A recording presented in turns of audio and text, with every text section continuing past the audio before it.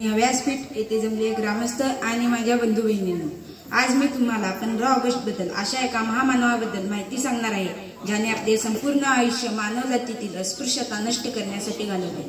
भारताच्या राज्यघटनेत अस्पृश्यतेला थारा नाही। अस्पृश्यता समूळ नष्ट करण्यासाठी व दलितांच्या उद्धारासाठी अविरत धडपडणाऱ्या झुंजणाऱ्या व्यक्तिमत्व असलेल्या महापुरुषाचे नाव होते डॉक्टर बाबासाहेब आंबेडकर।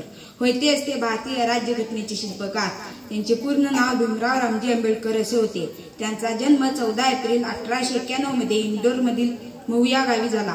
ते लहानपणापासूनच हुशार बुद्धिमान होते। पदवीनंतर उच्च शिक्षणासाठी सयाजीराव गायकवाड यांच्याकडे शिक्षणासाठी शिष्यवृत्ती अर्ज करून ते अमेरिकेला गेले। पुढे शाहू महाराजांच्या आर्थिक सहाय्याने लंडनला जाऊन बॅरिस्टर झाले। त्यानंतर प्रॅक्टिसच्या निमित्ताने त्यांचा समाजाशी घनिष्ठ संबंध आला व त्यातून त्यांना जातीयतेच्या भेदभावाच्या वृक्षकडा उठून दिसू लागल्या। हरिजनांच्या उद्धारासाठी व अस्पृश्यतेच्या समूळ उच्चाटनासाठी त्यांनी अविरत कष्ट घेतले। महाड येथील तळ्याचा सत्याग्रह, मनुस्मृतीचे दहन अशा प्रकारे असमानतेला निषेध केला। मानवतेच्या हक्कासाठी व सर्वसामान्यांच्या शिक्षणासाठी त्यांनी अनेक उपक्रम राबवले। अशा या महान दलित उद्धारकानेच भारताच्या राज्यघटनेच्या मसुदा समितीचे पवित्र काम उत्तम प्रकारे पार पाडले। त्यांना भारतरत्न किताबाने सन्मानित करण्यात आले। अशा या महामानवाचा मृत्यू 6 डिसेंबर 1956 या साली झाला। त्यांना माझा कोटी कोटी प्रणाम।